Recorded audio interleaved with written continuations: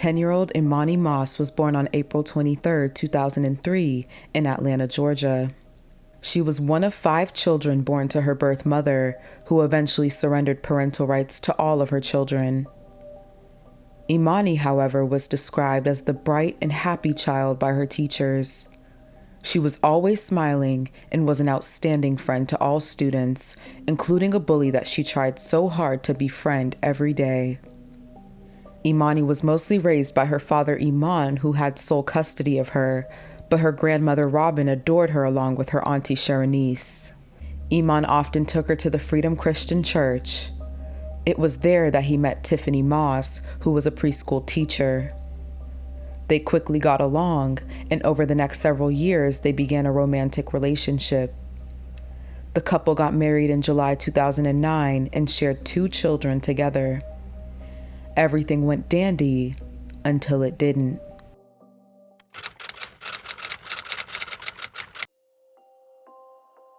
Less than a year after the wedding, Tiffany began physically abusing 6-year-old Emani. She told a nurse at school that she feared going home with a bad report card because she worried her parents would hurt her. She also mentioned that her stepmother spanked her with a curtain rod. The nurse then found multiple scabs, bruises, and welts on Emani's arms, back, chest, legs, and shoulders. She was then taken to the police headquarters, and Tiffany was arrested and charged with first-degree child cruelty. Tiffany admitted to hitting Emani 3 times with a brown leather belt for eating too slow. She subsequently pleaded guilty and was sentenced to 5 years of probation as part of Georgia's first offender program and lost her job as a teacher. The Georgia Division of Family and Children's Services, or the GDFCS, dismissed the case after Tiffany and Iman completed parenting classes. Emani was then taken out of the Moss home and was placed to stay with her grandmother Robin for 6 months. Noticeably, Emani began to flourish. Her grades in school got much better, her overall attitude improved, and Robin noted that she was a great child in her care. It seemed as though everything calmed back down in her life again. However, the GDFCS returned Emani back to the Moss house after 6 months. Robin tried to bargain with her son Iman to keep Emani, but he insisted that he take her back.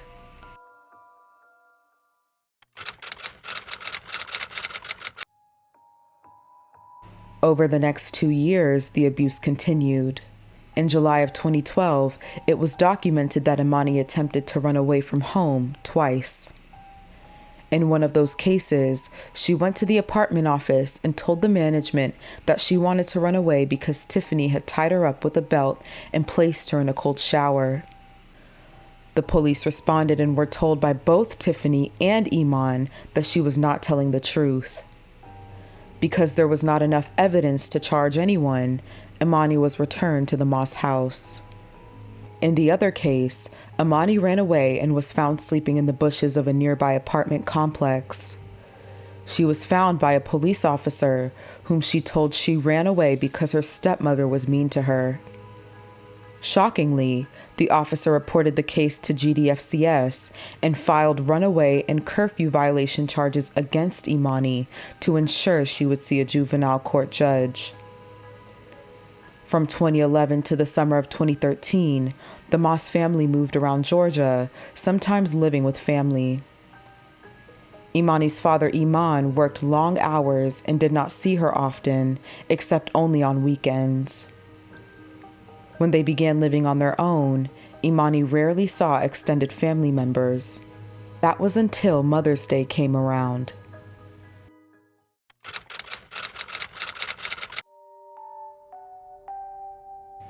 Iman's sister Sharanice invited the Moss family over to her house for Mother's Day, accompanied by his mother Robin. Instantly, Sharanice and Robin noticed that Emani's hair had been cut. When Robin confronted Tiffany about it, she said, "If you act ugly, you should look ugly." They also noticed that Emani's behavior was more timid than they remembered her to be. Despite all of the abuse in her house, she miraculously maintained good grades and kept a relatively positive attitude in school. Upon finishing the 2012-2013 academic year, the Mosses announced their intentions of removing Emani from public school and homeschooling her. Her auntie Sharonice was vocal about her objection to this decision and even phoned the GDFCS to intervene, but they declined. It never made sense to her, especially because they already had two smaller children at home. On August 6, 2013, the GDFCS received an anonymous tip that Emani was being neglected by her father and stepmother and appeared to be thin. However, they did not even bother visiting the home after the tip due to allegedly having no current address and no current maltreatment. Mother's Day was the last time any of Emani's family members saw her.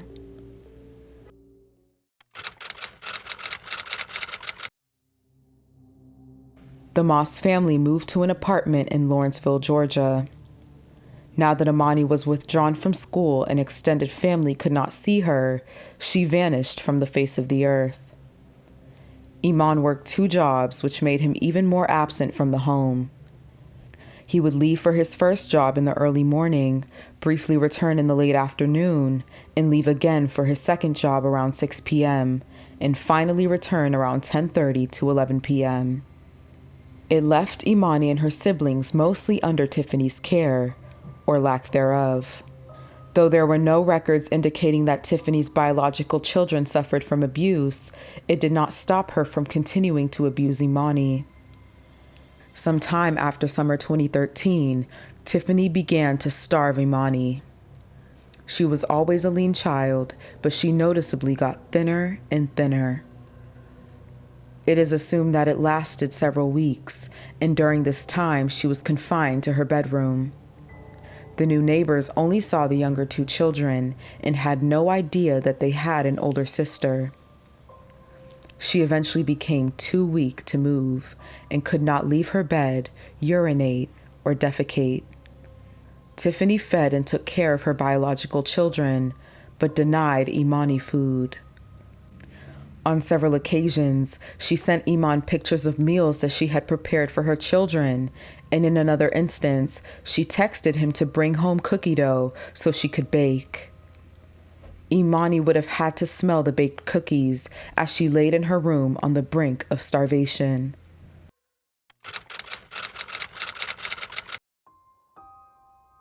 On October 24, 2013, Emani suffered what Eman believed was a seizure. He claimed that when he came home, Tiffany told him that there was something wrong with Emani. He then went into the bathroom and found Emani in the bathtub shaking. She was unresponsive and her eyes kept rolling back and forth. Instead of alerting medics or taking her to an emergency room, he moved Emani back to her bed where she stayed for the next couple of days. In those days, Eman visited her and tried to feed her, but was unsuccessful. Tragically, she passed away on October 28, 2013. Eman learned of her passing when Tiffany called him while he was at work to share the news. Once he returned home, the house appeared to operate normally, with the kids playing and Tiffany watching TV. All while Emani is dead in her bed upstairs. When he went upstairs, he found his daughter lying on a blanket on her bedroom floor. He told Tiffany that they should call the police, but not so surprisingly, Tiffany refused as she feared she'd lose her other 2 children. Instead, she insisted that they needed to hide her body and, in her words, be on our criminal mind. So Eman wrapped Emani's body with a blanket and moved her to the computer room. Unbelievably, the couple kept Emani's body in the apartment for several more days, and their lives largely went back to normal. Eman alleged that he'd go to work and come back home to spend time with Emani's body, grieving.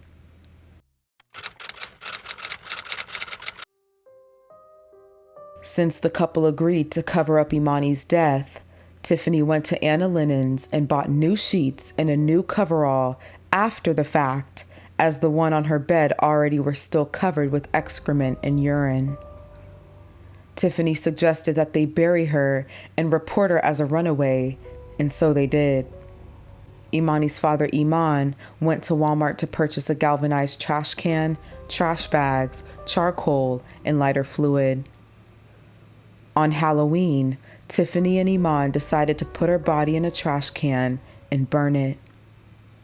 When they tried to fit her in the trash can, they realized how stiff her body was with rigor mortis in the 4th stage of death, so they used duct tape to crunch and compress her bones. Eman covered her with a comforter before stuffing her in a trash bag and into the trash can. The next morning, they carried the trash can in the back of their car with the other 2 children in the car while looking for a place to burn it. They eventually found a secluded location and removed the trash can from the car. They added charcoal pieces to the bottom of the can, doused Emani's body with lighter fluid, and set it on fire. As they watched her body burn, they realized it would not burn to ash. After about 5 minutes, they extinguished the fire and returned back to their apartment with Emani's body still in the trash can.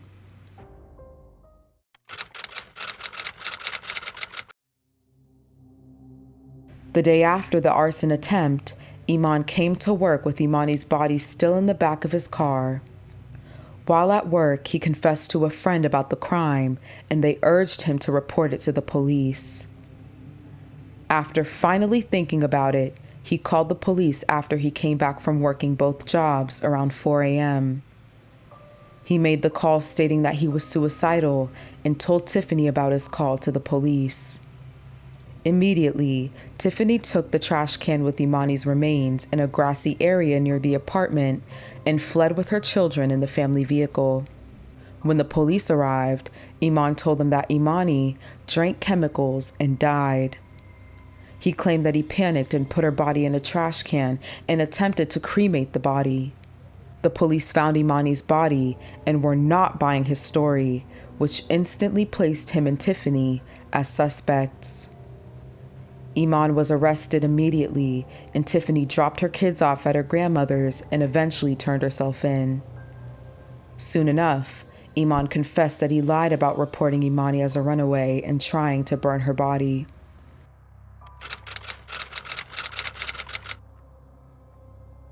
Eman was charged and pled guilty to felony murder and concealing a death. He was sentenced to life in prison without the possibility of parole, only in exchange that he'd agree to testify against his wife, Tiffany, who rejected a plea deal that would have allowed her to have the same sentence. The case against Tiffany Moss instead went to trial.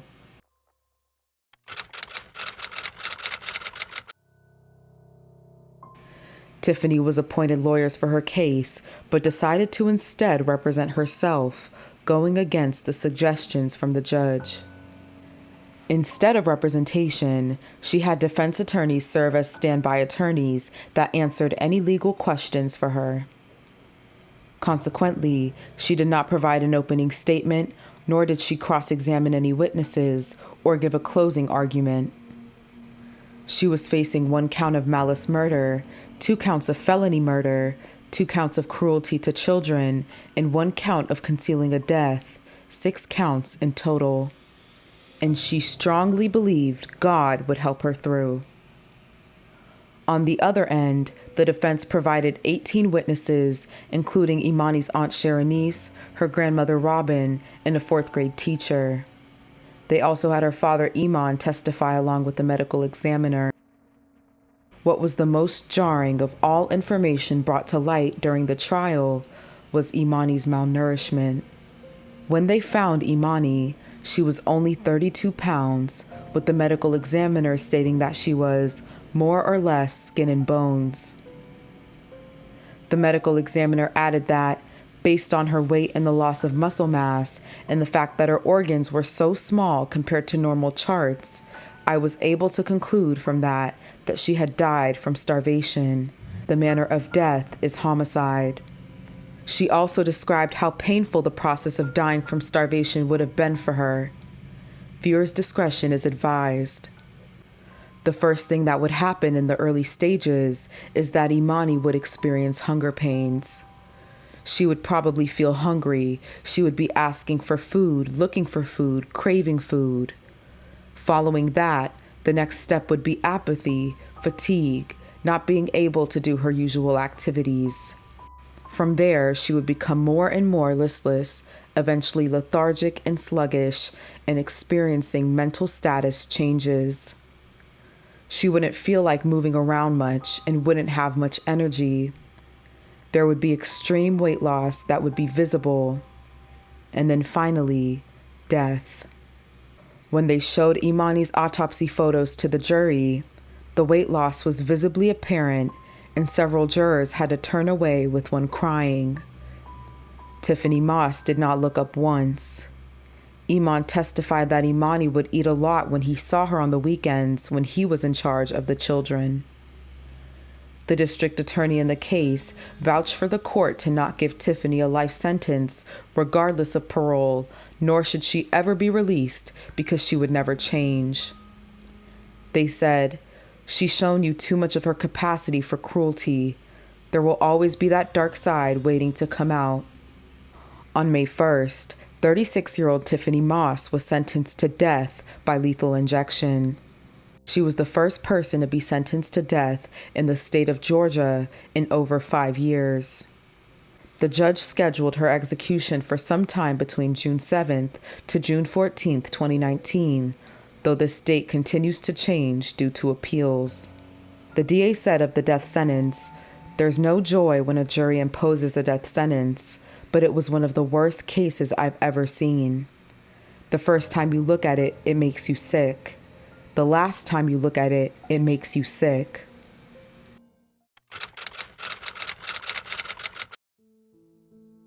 Eman and Tiffany remained married and still lost custody of their 2 children after Emani's murder. The children were sent to live with adopted foster parents, despite both Tiffany and Eman's parents attempting to gain custody of them. In 2019, the couple's son, who was 3 at the time of Emani's death, reportedly did have some memories of the crime. However, at the time of the interview in April 2019, the children were doing great and may never know what exactly happened. Emani's death led to serious criticism and forced systemic changes in Georgia's child welfare system.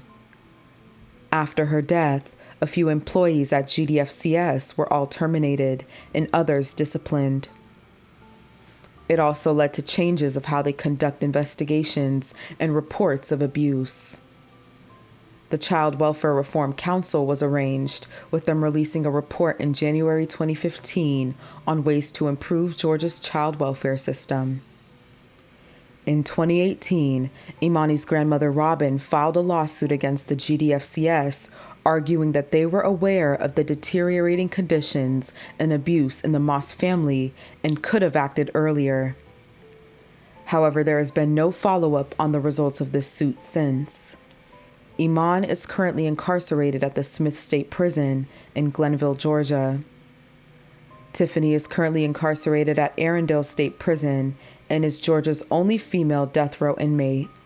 When she is eventually executed, she will be the 3rd woman in Georgia since 1945. This case has been extremely hard to report, but highlights the neglect and failure of GCFCS and those around Emani to protect her from the evils of those responsible to care for her. May Tiffany swiftly be sent on her way to the afterlife, and may Eman live relentlessly with the guilt of Emani's murder. And may Emani rest blissfully in paradise. Thank you all for watching.